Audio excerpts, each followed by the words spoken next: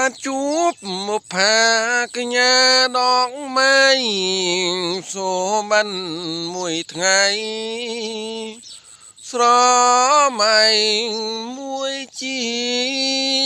តិអង្អោចិត្តខ្ញុំមិនចង់ឲ្យឃ្លាតចិត្ត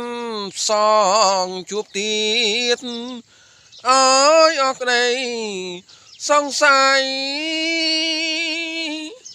បងណាត់ជួបស្រីជាថ្មីម្ដងទៀតតែងខ្លួនយ៉ាងស្អាតស្រង់លេទេពកាញ្ញាអង្គុយក្បែរបាំងយ៉ាងសាសងគ្នាក្រោមដួងចន្ទ្រានារាត្រីស្ងាត់សន